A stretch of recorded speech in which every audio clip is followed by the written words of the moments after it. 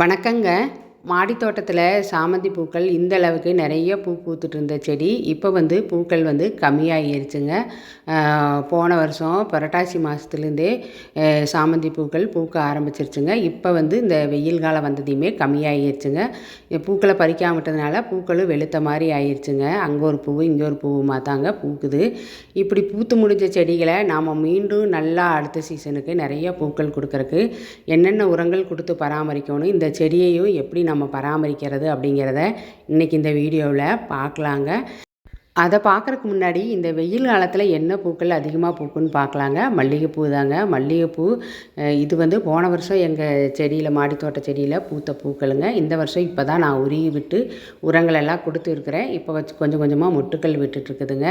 மல்லிகைப்பூ செடி, இந்த நித்திய மல்லி செடி, கனகாம்பர செடி, இந்த பூக்கள் எல்லாம் இப்போது வெயில் காலத்துக்கு நிறைய பூக்கள் பூக்குங்க. மழை காலம் வந்துடுச்சுன்னா இந்த பூக்களெல்லாம் பூக்கிறது கம்மியாயிடுச்சுங்க. இப்போ வந்து நம்ம சாமந்தி பூ செடியை எப்படி பராமரிக்கலான்னு பார்க்கலாங்க. இது வந்து பூத்து முடிஞ்ச கிளைகள். இதையெல்லாம் வந்து நம்ம இப்படியே விட்டுட்டு இருந்தோம்னா கீழே நாற்றுக்கள் நிறையா இருக்குதுங்க. சாமந்தி பூ செடியில் எப்போவுமே செடிகளோடைய வேர்பகுதியில் நாற்றுக்கள் நிறையா முளைக்குங்க. அந்த நாற்றுக்கள் எல்லாம் நல்லா வளர்ந்து வரணும்னா நம்ம இந்த கிளைகளையெல்லாம் உடச்சி விட்டுறணுங்க. இந்த க்ரோ பேக்கில் கீரை செடிகள், களை செடிகள் எல்லாமே நிறையா முளைச்சிருக்குதுங்க. அதையெல்லாம் எடுத்து விட்டுட்டு நம்ம இந்த காஞ்ச குச்சிகளையெல்லாம் உடச்சி விட்டுறலாங்க. இப்படி நம்ம உடச்சி விட்டு எல்லாம் எடுக்கும்போது அந்த நாற்றுக்கள் மறுபடியும் வேகமாக வளர ஆரம்பிச்சிருங்க. இந்த க்ரோ பேக்கில் நிறைய நாற்றுக்கள் இருக்குது. இவ்வளோ நாற்றுக்கள் நம்மளுக்கு தேவைப்படாதுங்க. எச்சா இருக்கிற நாற்றுகளை நம்ம எடுத்துடலாம். சாமந்தி பூ நாற்றுக்களை பொறுத்த வரைக்கும் ஒரு நாற்று வாங்கி நம்ம நடவு செஞ்சிட்டோம்னாலே போதுங்க. அதிலிருந்து நிறையா நாற்றுக்கள் நம்மளுக்கு கிடைக்குங்க. மறுபடியும் நம்ம சாமந்தி பூ நாற்றுக்கள் வாங்க வேண்டிய அவசியமே இருக்காதுங்க. நான் வந்து முதன்னு இந்த பக்கெட்டில் தாங்க ஒரே ஒரு நாற்று நடவு செஞ்சேன். அதிலிருந்து தான் இத்தனை நாற்றுக்களை நான் உற்பத்தி பண்ணியிருக்கிறேங்க. இதிலேருந்து தொடர்ந்து பூக்கள் பூத்துட்டு தாங்க இருக்குது. இந்த ஏற்கனவே இருக்கிற இந்த கிளைகளில் கீழே காஞ்சிருக்கிற சருகுகளை எல்லாம் எடுத்து விட்டுட்டு இதை உடச்சி எடுத்து நம்ம அப்படியே மணல்லையோ எம்சாண்ட்லையோ வச்சு விட்டாலுமே இந்த செடி அப்படியே துளிர் விட்டு வந்துடுங்க. இதை விட வேரோடு வச்சிட்டோம்னாலும் நம்மளுக்கு நிறைய நாற்றுக்கள் இருக்கிறனால வேரோடவே எடுத்து நம்ம வேறு க்ரோ பேக்கில் நடவு செஞ்சுக்கலாங்க. இந்த க்ரோ பேக்கில் நான் ஏற்கனவே காஞ்ச குச்சிகளையெல்லாம் உடச்சி எடுத்துகிட்டு விட்டதுனால இந்த கீழே இருந்த நாற்றுக்களெல்லாம் முளைச்சி நிறையா மேலே வந்துடுச்சுங்க. இப்போது நாம் இந்த க்ரோ பேக்குக்கு உரங்கள் கொடுக்கலாங்க. இதில் ஏற்கனவே நிறைய நாற்றுக்கள் வேர் நிறையா இருக்கிறதுனால மண் வந்து கொஞ்சம் கிளற முடியாதுங்க.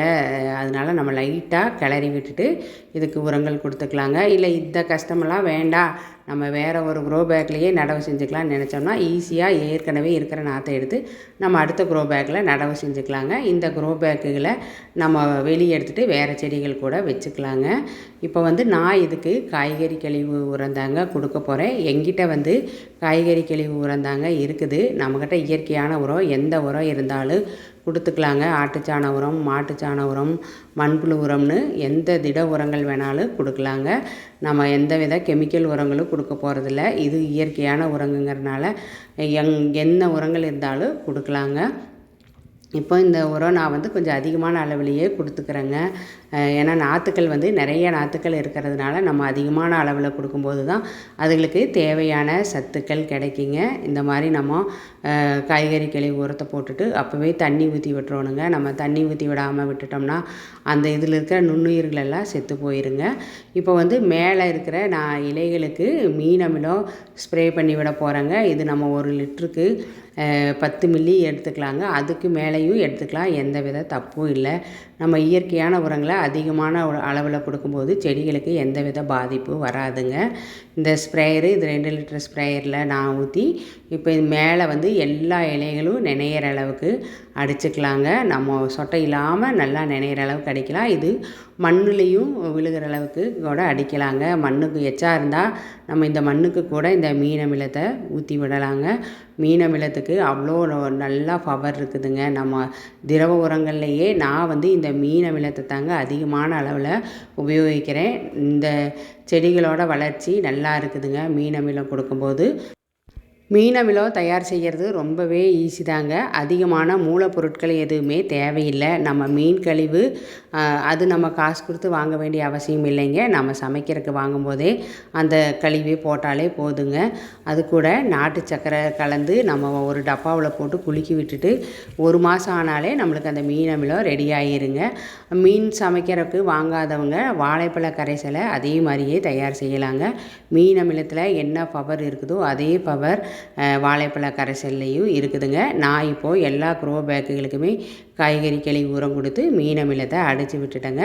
அடுத்தது தொடர்ந்து இந்த செடிகளோட வளர்ச்சி எப்படி இருக்குதுங்கிறத அடுத்தடுத்த வீடியோக்களில் பார்க்கலாங்க. இந்த வீடியோ பிடிச்சிருந்தா லைக் பண்ணுங்கள், கமெண்ட் பண்ணுங்கள், சப்ஸ்கிரைப் பண்ணுங்கள். நன்றி.